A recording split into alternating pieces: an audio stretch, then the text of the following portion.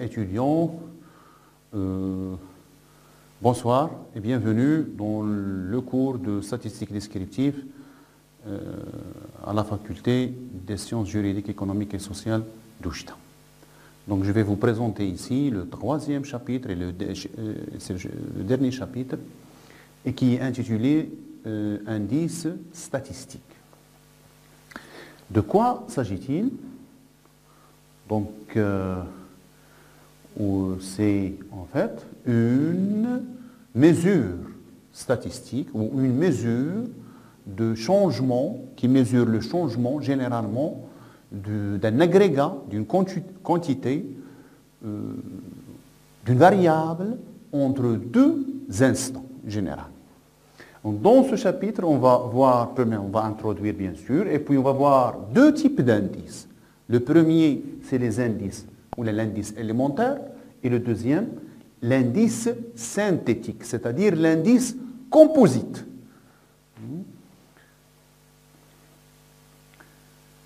Donc, on décrit l'évolution des phénomènes dans le temps à partir des indices. Et vous avez certainement entendu parler, par exemple, de l'indice des prix à la consommation.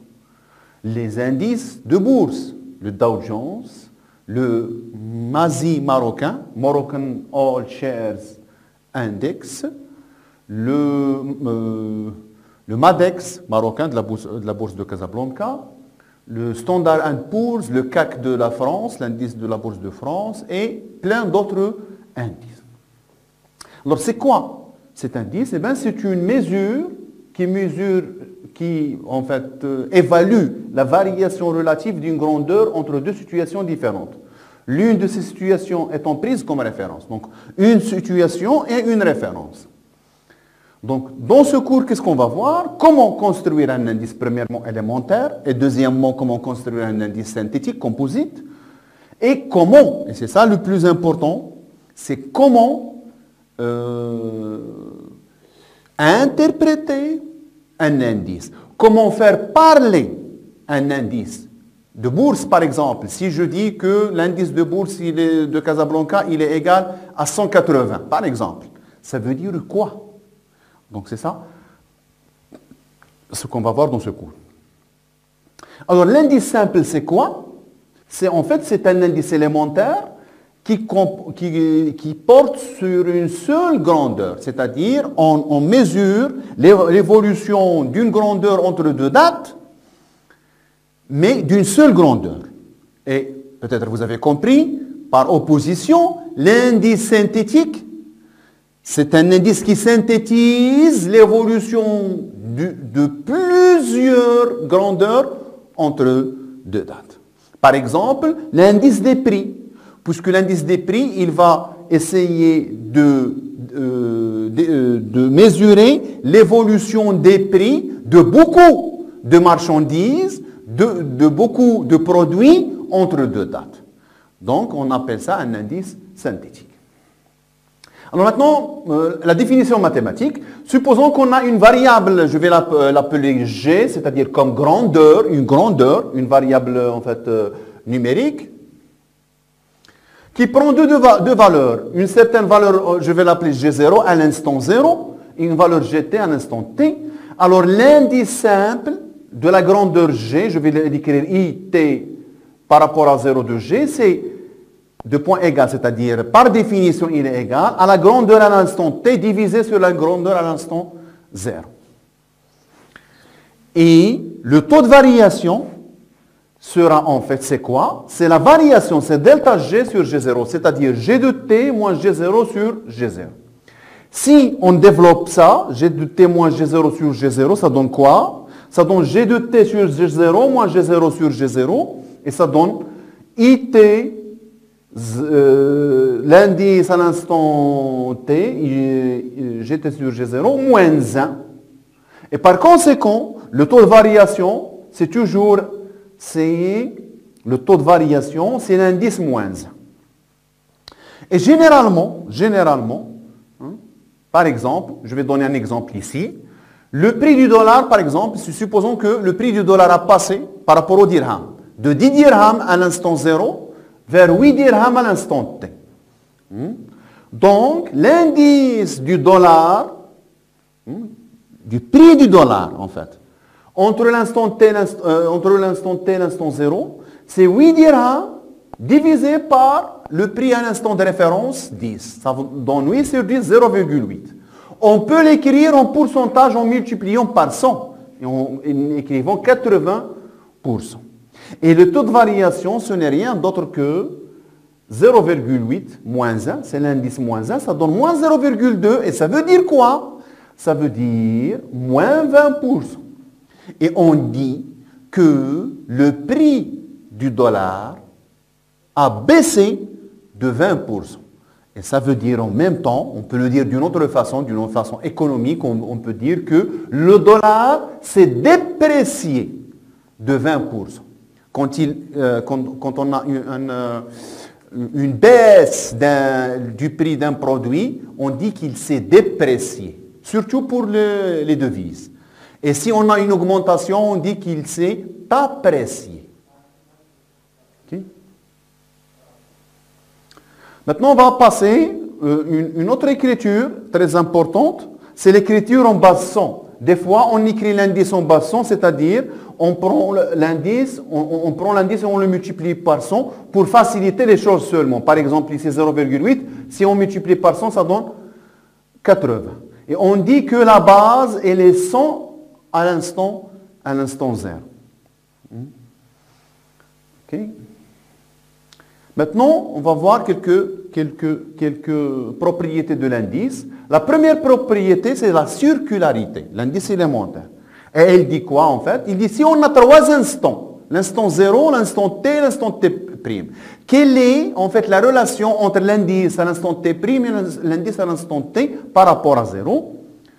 Alors, on peut montrer facilement que l'indice de t par rapport à 0, c'est l'indice de t par rapport à t' multiplié par l'indice de t' par rapport à 0. C'est un petit peu une relation similaire à la relation de Charles. On peut démontrer ça facilement. L'indice T0, c'est GT sur G0, et ça donne GT sur GT'. Je vais diviser sur la grandeur à T', et je multiplie par grandeur T', fois grandeur T' sur grandeur 0, et en simplifiant, je vais avoir l'indice de T par rapport à T', fois l'indice de T' par rapport à 0. Ça s'appelle la circularité, c'est-à-dire en utilisant un instant intermédiaire, je peux calculer, en utilisant les indices par rapport à un instant intermédiaire, je peux calculer l'indice entre deux instants, disons, quelconques. La deuxième, c'est la réversibilité. Et ça veut dire quoi la réversibilité? C'est que l'indice de t par rapport à 0, il est égal à l'inverse de l'indice de 0 par rapport à t. Et ça, on peut le démontrer facilement en utilisant la circularité. Puisque it par rapport à 0 fois i0 par rapport à t, ça donne it par rapport à t. Et l'indice de t par rapport à t, c'est gt sur gt, et qui est égal, donc 1. Toujours l'indice de l'instant par rapport à elle-même, c'est 100%.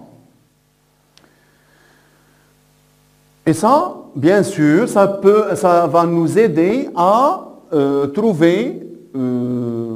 changer les dates de référence. Si on veut changer les dates de référence d'un indice, bien sûr, on peut reverser l'indice. La troisième propriété, c'est ce qu'on appelle l'enchaînement.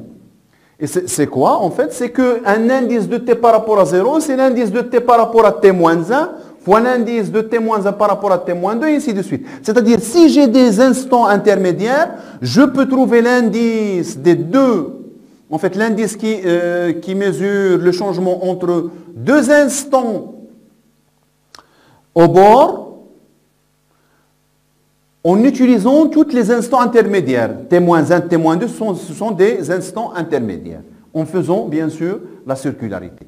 Et l'utilité de ça, c'est quoi, en fait? C'est que je peux toujours changer de base de l'indice. Et ça, c'est fréquent de ce qu'on appelle la comptabilité nationale. Par exemple, on a un indice de PIB marocain par rapport à 1981. Et si on veut prendre avec l'évolution du temps, si on veut changer la référence. Et on va se dire, on va calculer les indices du PIB marocain par rapport à l'an 2000. Alors, dans ce cas-là, il nous faut bien sûr la relation entre l'indice de référence 80 et l'indice de référence 2000. Généralement, on utilise ces trois, en fait, la circularité et l'enchaînabilité pour changer la base. Et ça, c'est très important puisque, par exemple, si on veut comparer les indices de PIB de deux pays, une qui a l'an 80 comme référence et l'autre qui a 2000 comme référence. Donc, il faut, pour faire une comparaison, il faut avoir des indices qui ont la même référence. Et pour cela, il faut changer la base. Et pour changer la base, on utilise ces trois propriétés. Et la dernière propriété, c'est ce qu'on appelle la propriété de la multiplication. C'est quoi? Si on a deux grandeurs, deux prix par exemple, de deux produits.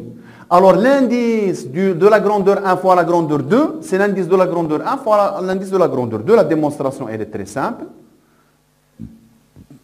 Et l'indice de la grandeur 1 par rapport à la grandeur 2, c'est l'indice de la grandeur 1 sur l'indice de la grandeur 2. Ça, c'est intuitif. Et on peut le démontrer facilement. Alors, l'application, c'est quoi? L'application, c'est pour trouver l'indice, par exemple, de la valeur. Puisque la valeur, c'est quoi? La valeur d'une marchandise, c'est en fait la quantité de cette marchandise multipliée par le prix unitaire. Donc, si on a l'indice des prix et on a l'indice des quantités, c'est-à-dire si on connaît l'évolution des prix et l'évolution des quantités, est-ce qu'on peut connaître, est-ce qu'on peut déterminer l'évolution de la valeur de la marchandise? Eh bien oui. Supposons qu'on a l'indice du prix, c'est 105%, c'est-à-dire c'est 1,05. Et l'indice quantité, c'est 1,03. Puisque la valeur, c'est la quantité fois le prix. Donc, l'indice valeur, c'est l'indice prix fois l'indice quantité, qui va donner 1,05 fois 1,03. 105%, c'est 1,05. Il vaut mieux faire les calculs avec la base 1 et pas avec la base pourcentage. Et ça donne 1,0815. Et dans ce cas-là, je vais, bien sûr, exprimer ça en pourcentage et ça va me donner 108,15. Ça veut dire quoi? Sachant que j'ai une augmentation de prix par 5% et une augmentation des quantités par 3%, alors j'ai une augmentation de la valeur par 8,15%. Donc, avec cet exemple, je termine ce paragraphe et à la prochaine.